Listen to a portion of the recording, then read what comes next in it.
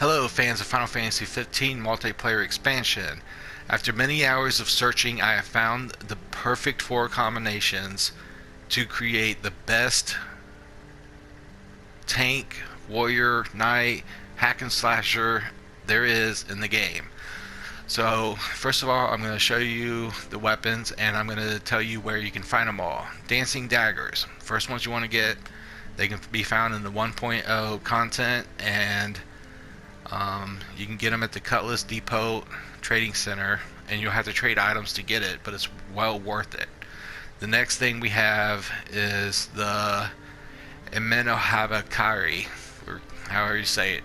I don't know. It's a tongue twister, to me at least. And it has, well, it can be found in Deja Vu quest in the 1.20 content. And you can get it from breaking the back of the Mutant Deathclaw in that mission. So it might take several attempts to get this as a drop. It's one of the ones that you're going to probably have to grind for. The Dragon Whisker can be found in the 1.0 content at the Hunter HQ trading post. You'll trade items, you'll get the weapon, and you can level it up to Dragon Whisker. It evolves. This sword right here will actually be a burnished blade when you first get it. The last on the list is the Bandit's Blades, which are in the Chocobo arena, ready to be had and grabbed. So get those and you're ready to start looking at the abilities you will have on your weapons once you have them all leveled up. The permanent perk on the Dancing Daggers is called Jitterbug.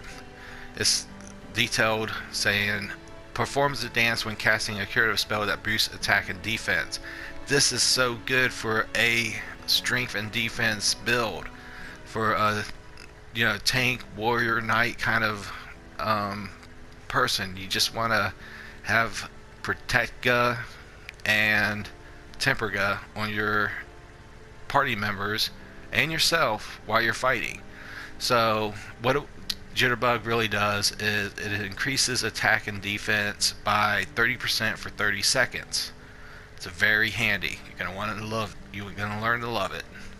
The added spell that I had is Immune, which you can get from a Cactuar Nectar from the 1.20 updates. The Gigantor will randomly spawn in, and he has a chance of dropping the Cactuar Nectar, so be on the lookout for that. The next we have on the Katana is its permanent perk, Charge Strike Lion's War, which is also Core's technique in Final Fantasy XV, the main game. It's detailed as charge attacks become powerful slashing waves of energy that cost MP. So in order for me to balance this weapon out, I added Soul Siphon, which you can get from Black Fan Ooze in the Deja Vu quest while you're trying to farm for the Burnished Blade that turns into this. You will probably be able to find an item that gives Soul Siphon as well. Soul Siphon is stated, standard attacks have a chance of draining MP equivalent to 5% of damage inflicted. Within 4 to 5 slashes with this weapon, my MP goes from 0 to full. No kidding. So definitely I don't have to go to a warp point, to gain MP. I don't have to wait around. I just have to keep on attacking. So the Dragon Whisker is Penetrator X and Penetrator X. It comes with Penetrator X and evolves to Penetrator X, but I added a Behemoth tier to add another Penetrator X. So this is really what the weapon does. Reduces targets defense by 100% when attacking, because they stack together.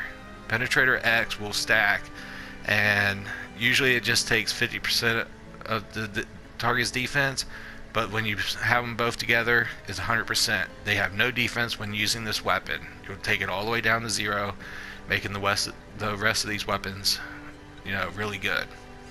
So last on the list we have a permanent perk, Master Thief. It details increases item drop rate after defeating an enemy. This game is 100% about getting loot. Okay, this is not going to give you the bonus items from breaking a head or a tail or a foot of an enemy. It's going to be the reward you get from missions by actually defeating the enemy. So keep that in mind. To make this better, I added an apple to it, which gave it the curative spell Curaga, which caster's default curative spell changes into superlative health restoring magic. I got this spell by applying an apple from the Gourmandizing Zoo quest, however you say it. The zoo will drop this if you are lucky. Now, I tried this weapon many times, and I can get an apple from the zoo about 5% to 10% of the time, which is pretty decent considering that I've used the other weapons and I've had very little luck of getting that apple to drop. So those are the weapons, those are the permanent perks up top, and the add-ons that I added as secondary. Note that Jitterbug and Curaga do not need magic and spirit to be very successful. Jitterbug is a concrete, non-changeable boost that you can have that does not require magic or spirit. Curaga requires a little bit of spirit, but all in all, when I cure without having any magic or spirit, I'm curing for about 1,000 to 2,000 HP for my whole entire party, all around. So it's just powerful spell. It's good even without any magic or spirit. Now the next thing I want to show you is what I used to level them all the way up and get the max strength and vitality that I had. I used laser sensors.